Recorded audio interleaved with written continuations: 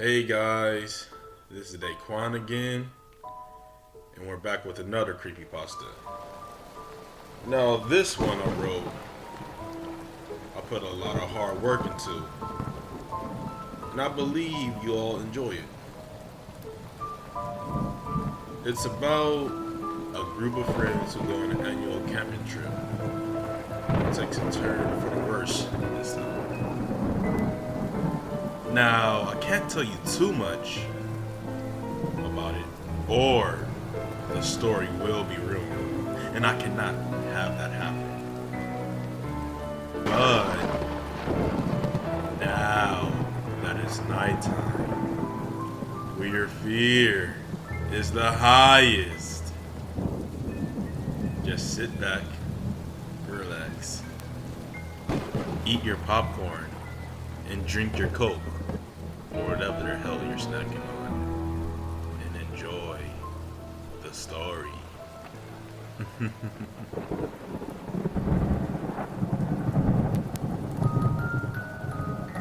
They say the eyes are the gateway to the soul.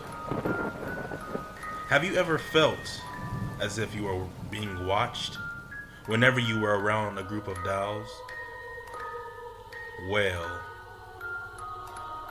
there's a great chance you were being observed by the eyes of those inanimate objects, those lifeless objects. We seem to think they have no life-like qualities at all, but actually are alive. The world is filled with mysterious wonders, things mankind wouldn't even believe to exist if there was no proven evidence or clear observations. My friends and I discovered one of those entities a few years back while we were on an annual camping trip. For this was our last trip we ever took that changed our entire lives.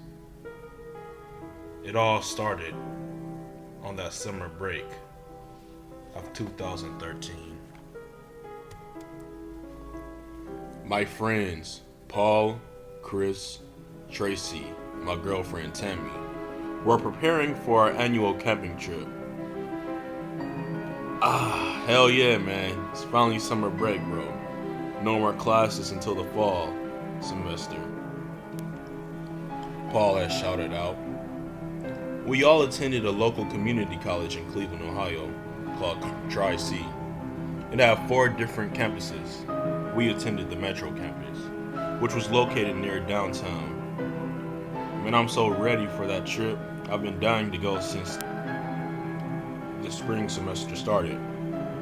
As we walked through the almost empty hallways of the student union, we all discussed the trip, the things we bring, and the activities we do when we got there. Dude, I'm so ready to catch some big ass catfish at the lake, Chris had said. When we finally exited the building, the hot, dry air warmed our bodies. The aroma of freshly cut grass and grilled hot dogs filled our nostrils, welcoming the summer into our bodies. The maintenance man gave us a wave goodbye as we walked past him while he was cutting grass. Have a great summer, kids, he shouted.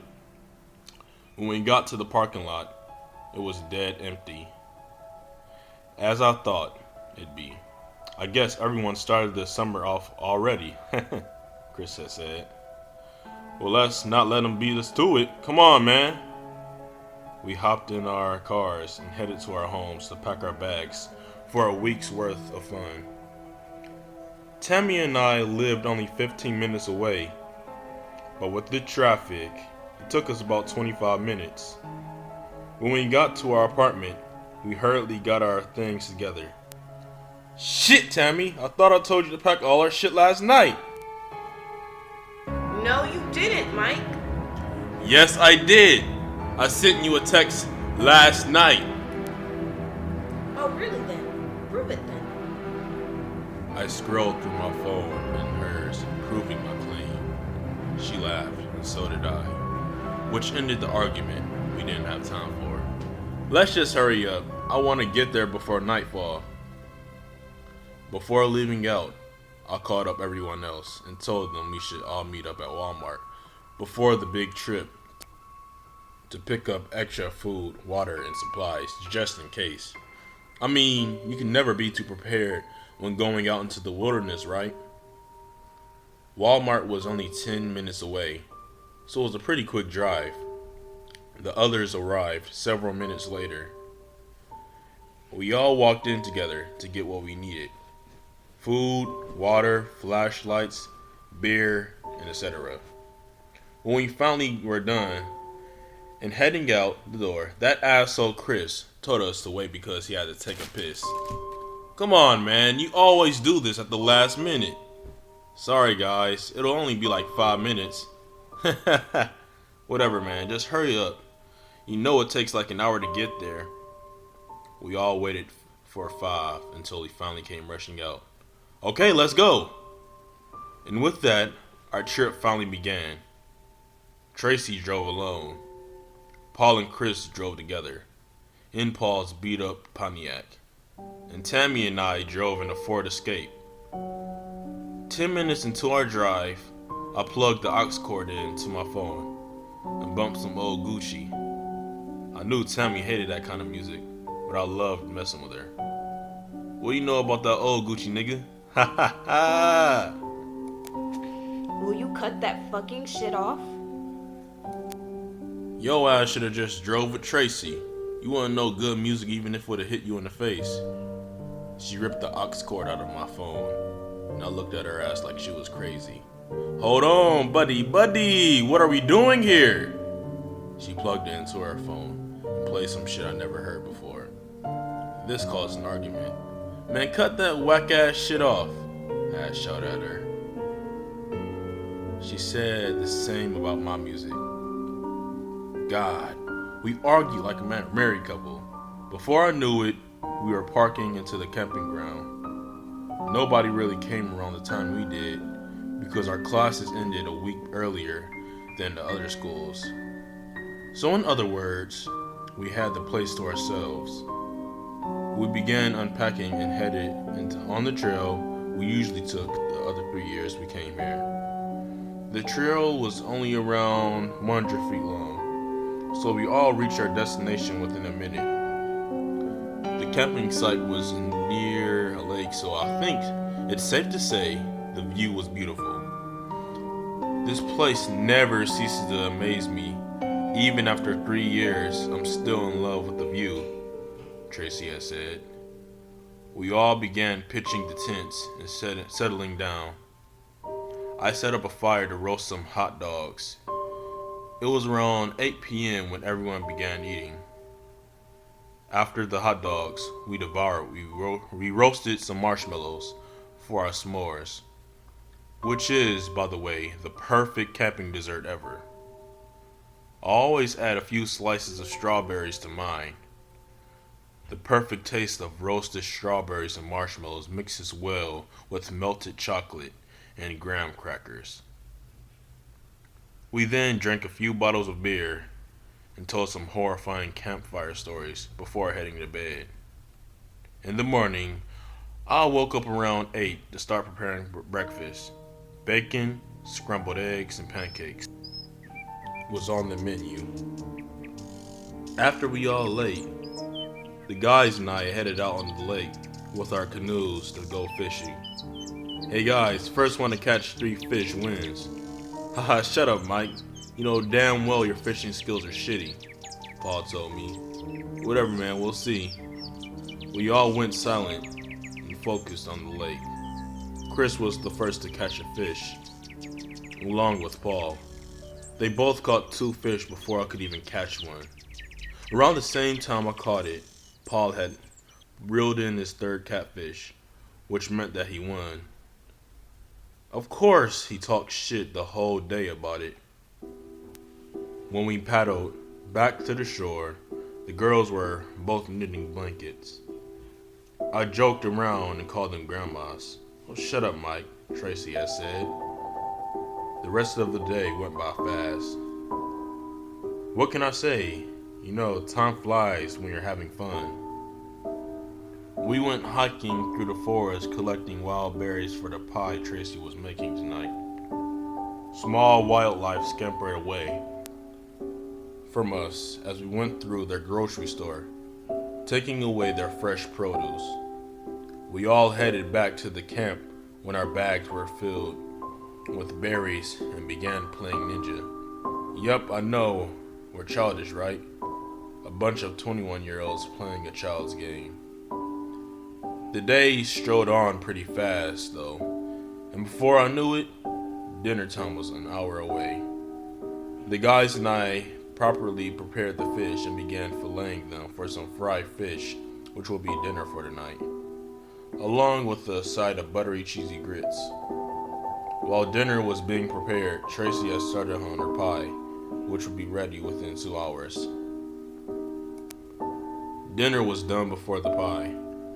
Tracy finally lifted the lid on the Dutch oven she brought, and she began serving us that sweet, gooey, warm goodness, scooping pieces out and placing it on our paper plates. The flavors danced around my mouth, having me desire for more. "Damn, girl, you can cook," Chris had shouted. I've been waiting for this pie for over a year now. Tracy blushed and told us she was happy we all enjoyed it. After dessert, we all drank a couple of beers and hit the sack. It's safe to say I was the first to sleep, because as soon as my head touched that pillow, I was knocked from the itis. When morning struck, I headed out and released myself onto the trees. An hour or so later, everyone else woke up and ate breakfast. "So, what's on the agenda for today, guys?" Paula asked. "Shit, man. What do you want to do?" I replied. "You know, we never went on the other side of the lake before." "You're right, man. We should do that today. How about after lunch we head on over there with a few supplies and snacks?" At around 1, we packed a few food items and various things for our trip and headed on the canoes. We had a little race between who would get to the other side first. Of course, we gave the girls a head start because there was no way they'd beat us. They were about a quarter of a way across the lake when we headed off. We were about to win until they splashed us with water and sped off.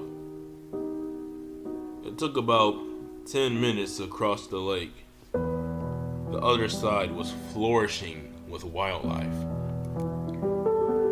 We all walked up a dirt hill filled with roots and various trees around us. The hill was fairly short, so I'd say it only took a few minutes to walk up. When we all reached the top, there was a path veered to the left and leading straight that looked like it hasn't been used in a few years, possibly decades. Of course, we followed it. The trail led us for 7 minutes into the woods, which led to an open field with a large building that looked like a factory of some sort. "What the hell is this doing out here?"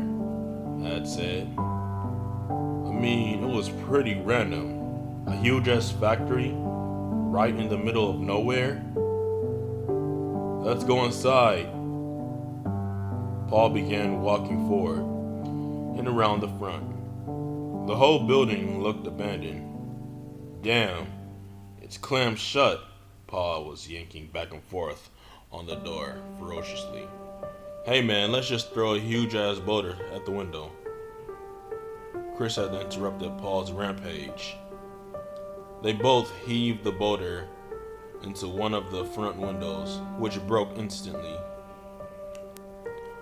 "Alright guys, let's head on in.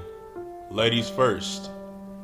Chris had pointed his arm towards the window and bowed his head to Tammy and Tracy, who both said, "Oh, thank you, kind gentlemen." As they climbed into the dark abyss, they disappeared. We followed behind as well. The surrounding area was nothing but pitch blackness. I couldn't even see my own hands right in front of me. Tracy clicked on her flashlight. We were surrounded by sewing machines. Wow, man, I wonder how much all this shit costs, I had said. We walked all over the floor, looking at all the antique machines. Hey guys, look, there's some stairs over here, Chris had shouted, catching our attention. We all walked over and up the flight of stairs. It was pretty high up. I'd say about 4 stories. Paul looked down. Man, if anyone would have fell down this, they'd be completely fucked. Fucking dead, that is. He laughed at his own sick joke. The stairs led us to a long hallway that we all walked through. There was a doorway that opened to a room filled with cloths hanging from strings and wires. I made a mistake and fell, hitting one of the cloths, causing dust to fly everywhere. Everyone sneezed and coughed. Oh, great job, genius. Now the whole place is dusty, Tracy shouted angrily. My bad, man. It's not even that serious. We all walked carefully through the cloth and seen another flight of stairs that we walked up. There was a room at the top, but we couldn't get inside of it because the door was locked. Hey, it's getting kind of late. How about we all head over to the camp and come back tomorrow after breakfast, I told them. They agreed, and we all headed out back to the lake and back to camp. When we got back, it was around 6 p.m. Damn, how long was we over there for? It didn't even seem that long. I know, right? But I guess time really flies when you're having fun, man. Tracy and Paul were conversating. Hey guys, how about we have campfire roasted chicken for dinner along with a side of buttery mashed potatoes? Dude, I'm so hungry right now. That sounds good as fuck, I told Tammy. Tammy began preparing dinner while we just sat back and relaxed. After dinner, we all gathered some sticks from the forest and roasted some marshmallows. Had a few beers and then headed to our tents for lights out. We all awoke early in the morning to prepare for our trip to the abandoned factory. That morning, we had a quick breakfast of bacon, eggs, and toast. We packed extra batteries and flashlights along with a first aid kit, food, and a few bottles of water. We arrived to the factory within 20 minutes. Alright, let's head on in. We observed closer in the room and looked at every crook and cranny. There were 4 more doors that we hadn't seen there before. They weren't that important though. Just a men and women's locker room and a few offices. There was a basement though. Only the top 4 stairs showed as I flashed my light down. The stairs creaked with every single step I took. The basement was filled with nothing but papers and cabinets hiding old files. I walked a little deeper into the basement that was a pretty damn large basement. I stopped when I saw a door. I wonder what's in here. My hands were shaking as I moved my hand closer to the doorknob. I turned slowly. My heart was pounding so hard that it felt like it beat out of my chest any time now. I opened the door slowly and saw nothing but a shitload of dolls hanging from the ceiling. It looked like a cavernous room. I mean, it was so fucking huge that you could throw a ball in here. There were thousands of those lifeless objects just dangling. I remember thinking to myself, what the fuck are they all doing down here for?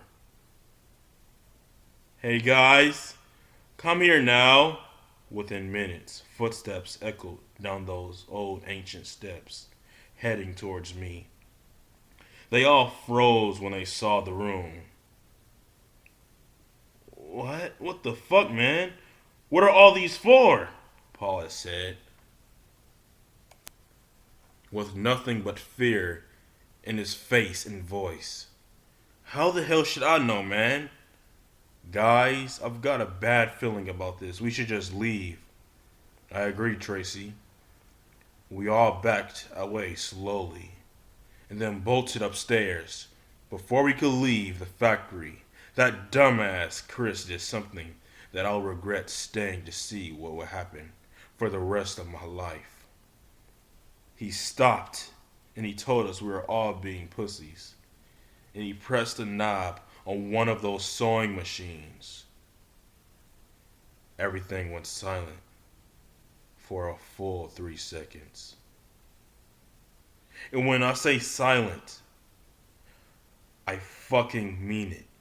I couldn't even hear my heartbeat. The room was then filled with the sound of sewing machines running one by one. They all cut on. The sound of small toy shoes echoed from the basement. I don't know how I knew whether it was common sense or just the thoughts, but from the basement emerged those fucking dolls. I was frozen in fear. I mean, I've been scared before, but this was true terror. The sound of my friends' voices snapped me back into reality. Mike, come on! And with that, I bolted out of the factory with them.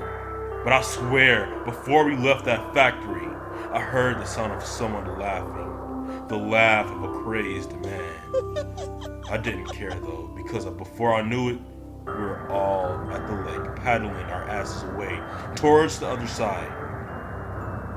When we got to the other side, we packed our bags, everything, and headed home. There was no way in hell we'd stay there at that place another night. Not even 1 mile away from it. We all stopped at a nearby park. What the fuck just happened, man? Paula spoke in first. Yo, man, I don't know. We all turned to Chris. You fucking idiot. Why the fuck would you press that button? I lunged towards him and tackled him to the ground. The others quickly grabbed me off of him. He just stared at the ground dumbfounded. I apologize. My bad, man. I was just so scared. It's cool. We all just stood in silence until Tracy spoke. Let's just all go home and get some rest. We need it. We really need it. We all agreed and headed to our homes. When Tammy and I arrived to our room, we didn't say a single word and just fell asleep as soon as we laid down. Fear can take a great toll on you and drain all of your mental and physical energy. I awoke surrounded by pitch black on a hard floor. What the fuck? Where am I? Tammy, are you there? When I shouted, my voice sounded echoed, as if I were in a cavernous room. Mike? Yes, it's me. Where are you? Follow my voice. My sense of hearing became stronger, replacing my sense of sight. We finally got to each other and held on to each other for dear life. Paul, Chris, and Tracy's voice echoed in the distance. I yelled to them, and they soon joined our group. Where the hell are we? Chris had asked. Shit, I don't know, man. I have no idea. That's when I felt my flashlight in my pajama pants pocket. What the hell?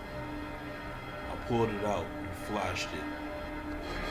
Everyone was happy to see I had a light, which they surprisingly found out they had flashlights in their pockets as well. We all vigorously flashed around the room. When I pointed my light at a door, I knew exactly where we were. We were in the huge room where all those dolls were. Out of nowhere, we all heard giggling. Not a child's giggle. It was the giggle of a demented clown. As we turned around, there behind Chris stood a hunched over man with a crazed smile. His clothes were tattered and torn everywhere. His teeth were filled with a sickly yellow shade, and his nails were long and dirty.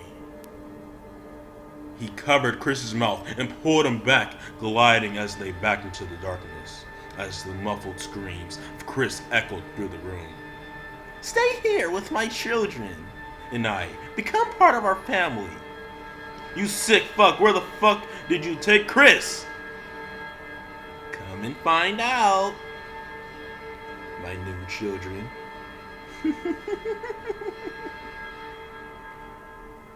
The man let out a sickening laugh, and his voice wasn't present anymore. The sound of clumpering toy shoes echoed behind us. We all flashed our lights to find those dolls walking towards us. We bolted away immediately and headed towards the door. They picked up their speed as well, and were nearly 10 feet away from us before I opened the door and slammed it shut. We've got to get out of here, guys, Tracy had demanded. But what about Chris, Tracy? Screw him! He's probably dead now, and we will be next if we don't leave now. Some friend you are. Listen, I just want to fucking live. You can judge me all you want, but I don't care. We all walked upstairs together and parted ways with her. Listen, guys, I promise I'll bring help. And with that, she vanished into the night. Fuck that bitch, man, Paula said with anger in his voice. Come on, guys, let's go find Chris and get the fuck out of here. We all looked through the doors, downstairs first, just in case he was hidden somewhere we wouldn't expect. The offices and locker rooms were all empty, which didn't surprise me at all. There was another door that was at the other side of the room. It was all the way in the back of the factory. We walked over to it and opened the door. It led downstairs. It wasn't the basement because that was all the way on the other side of the building. It led to a large storage room. Chris, are you in here? Yeah, just come a little closer. I'm tied up and I need your help. Follow my voice, guys. We all followed his voice. But it led to another one of those dolls. There was something different about this one, though. It looked exactly like Chris.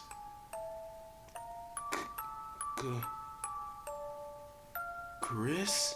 Yup, that's me. He looked up at us with an evil smile. Nothing but dread filled my body.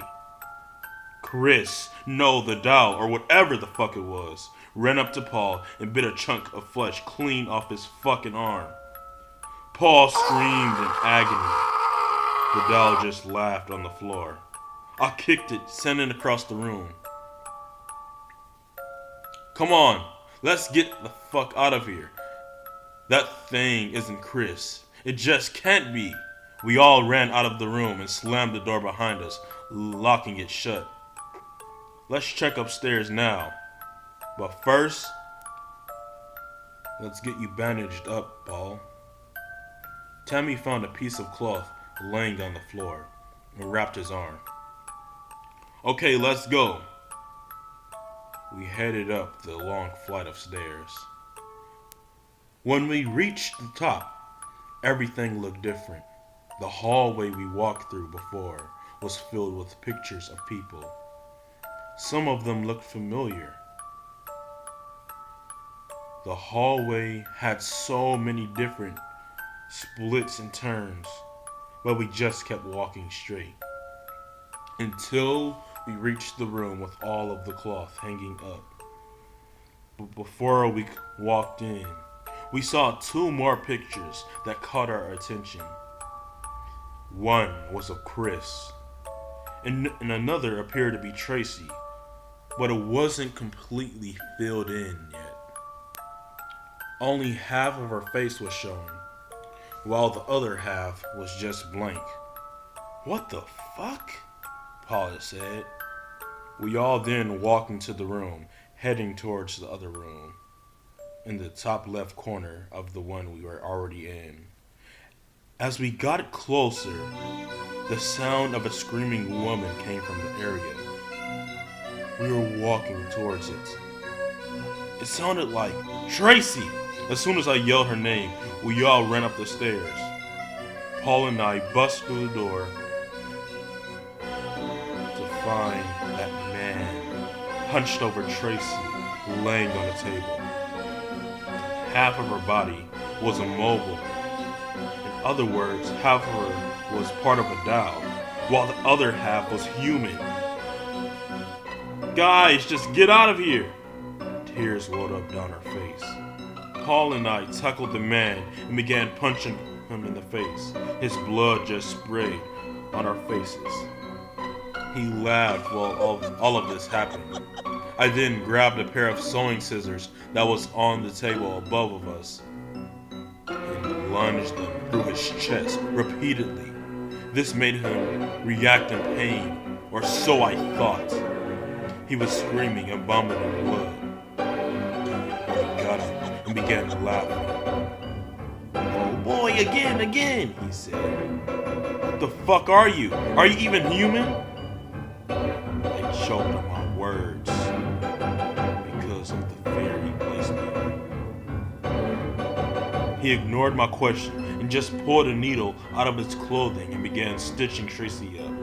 Every part of her body he stitched formed into a doll. Right before he got to her face, she yelled, "Just go!" But we couldn't move. The man then finished her up, and he ordered her to bring us to him. The Tracy doll snapped her head towards us and lunged to Tammy, ripping up her shirt, which eventually led to her stomach. Blood squirted everywhere. Tracy attacked her. I finally snapped back into reality by the screams of Tammy running through my head and threw Tracy off of her. "Come on, Paul, we have to go." I picked up Tammy and we all ran out of the room, out of the cloth room, through the hallway. When we were halfway through, those dolls appeared from behind us and chased us all the way to the stairs. When we reached the stairs, Paul wasn't paying attention to where he was going and he ran into the railing, falling down the 4 flights of stairs, hitting the ground with a loud thud. I screamed his name as I ran down, but I already knew it was too late. When we finally got to the first floor, I saw him on the floor, dead. His head was splattered into tiny little pieces. His blood oozed out of his body, leaving a puddle of crimson red. There was nothing I could do for him, so I just ran outside and into the woods. I heard that man's voice echoing through my head. "You'll never escape here until we have one more family member.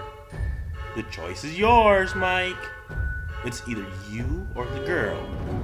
I didn't even respond. I just laid her down and bandaged her wound. "Are you okay, Tammy?"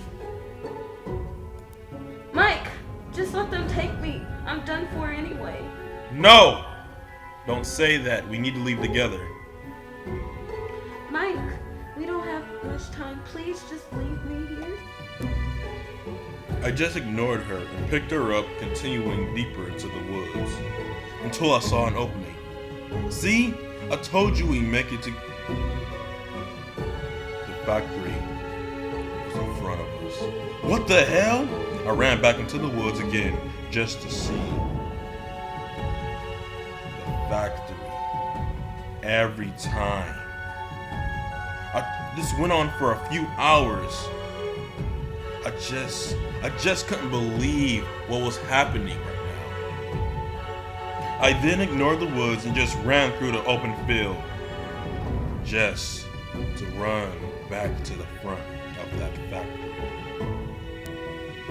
Mike, please just go. I'm in so much pain. Please just let me go. There's nothing we can do. Tears welled up in my eyes. I already knew the truth. I just didn't want to accept it. I walked into the factory, took her to that sick fuck's workshop.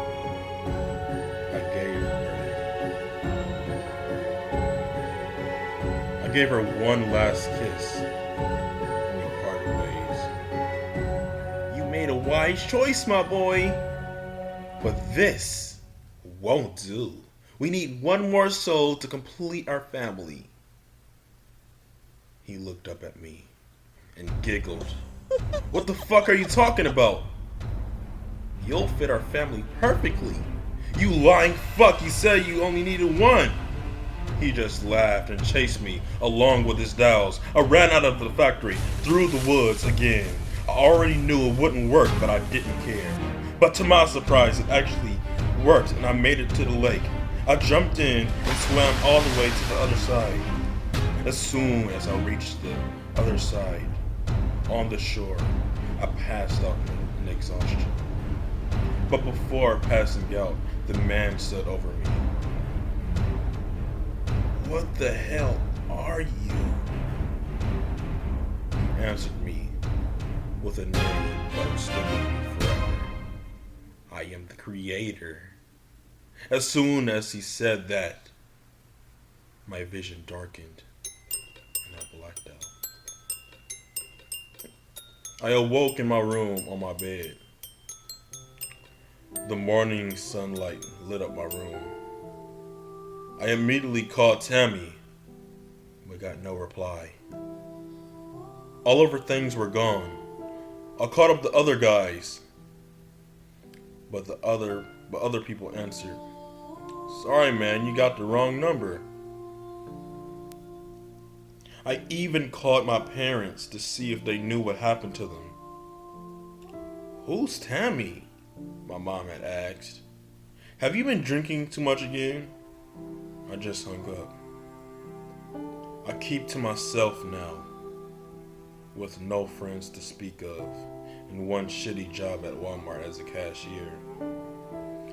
I've been so lonely for these past 3 years. I want to die now. For the past few weeks, I've been hearing that same sickening laugh that reminded me of that horrifying event that took place in the past, which is what encouraged me to write this story. If I go missing or cease to exist, there will at least be one piece of evidence. My story will be read to prevent others from making the mistakes I've made. Please don't go into any abandoned sewing factories or anything abandoned at all. For you too could be cursed and die without anyone ever knowing of your existence. He's getting closer now. He's standing in my room, watching me write this. I'm sorry, Mother and Father. I love you. Goodbye, everyone.